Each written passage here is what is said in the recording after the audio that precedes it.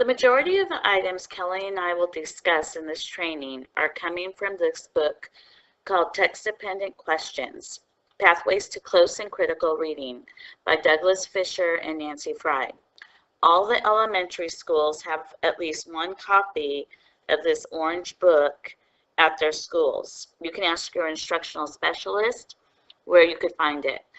The 6th through 12th book, I'm not sure if the principals have purchased that at the middle schools, but you could ask your principal and hopefully they'd be willing to purchase this book for you.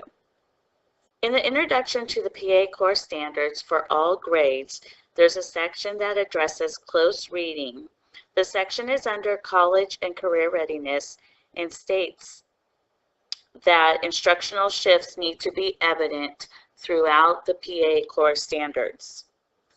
One of the ways to encourage college and career readiness skills is by focusing on close and careful reading. You may be thinking that you teach students that are not ready for college. Why do I need to prepare students for something that is so far off in their future? Well, I would argue that you are already using components of close reading in your classroom.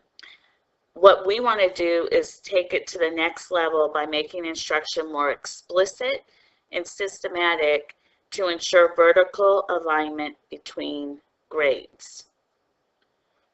Let's get down to the nitty-gritty. What is close reading? Close reading is purposefully reading a text several times in order to analyze and gain a deep understanding of the text. Think about the first difficult text that you read, whether it was college or after college or even before college. I remember I took a class to get extra credits called Public Relations and Communications, and it was directed towards the business world. I was a lost soul.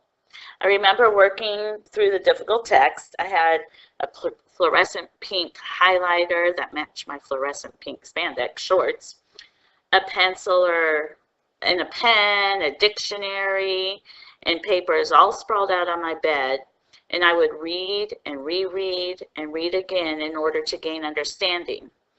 I would highlight, look up confusing words, and take notes. I had never been taught how to read a text closely, and I eventually figured it out. But what if I had been given these skills in elementary and secondary school?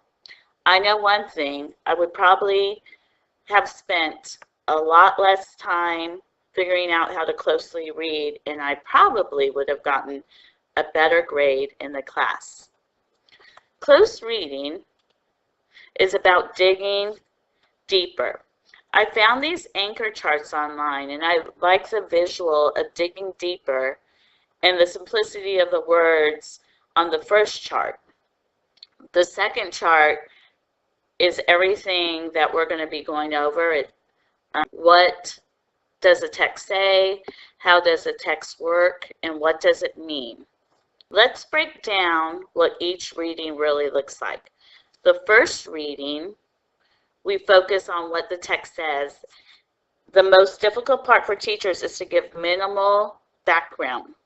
As teachers, we like to talk and we want to front load a text and we want to discuss the topic before we read a text with students. And these strategies are all great for shared reading and guided reading. But for close reading, we want to keep the front loading to a minimum. The first reading is nothing out of the ordinary. We're going to begin by setting a purpose for reading. You're going to read the text to your class, or you can have just the students read, depending on your level and the students that you're working with. Then we're going to provide opportunities for discussion, and then we're going to ask literal questions that focus on the general understanding of the text.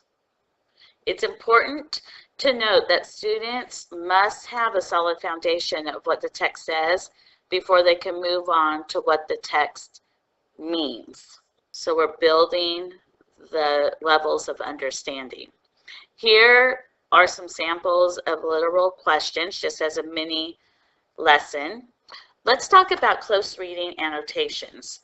This has been something I've worked on this last year with my 3rd through 5th graders that I work with, trying to come up with a way to make annotating purposeful but not too complicated. There are many ideas out there, so as you research close reading annotations, you will discover what works best for you and your students. However, one thing I would suggest is to bring in one of your college books, show your students how you mark up text. They really like to see that, and it makes the annotations purposeful.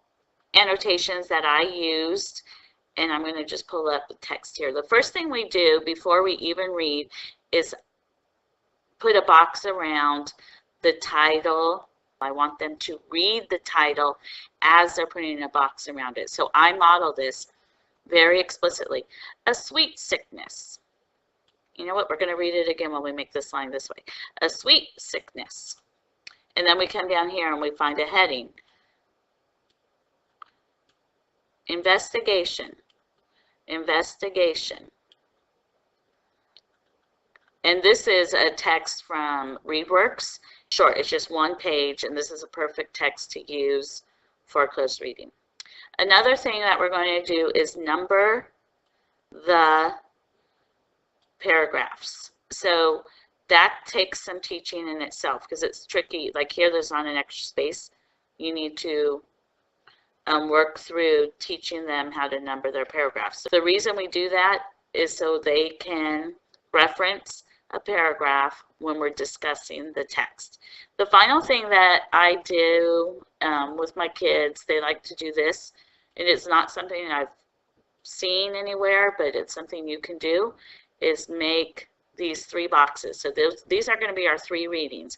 After we've read the first time and discussed the text and answered and asked literal questions, the students like to just put a box and a check in the box.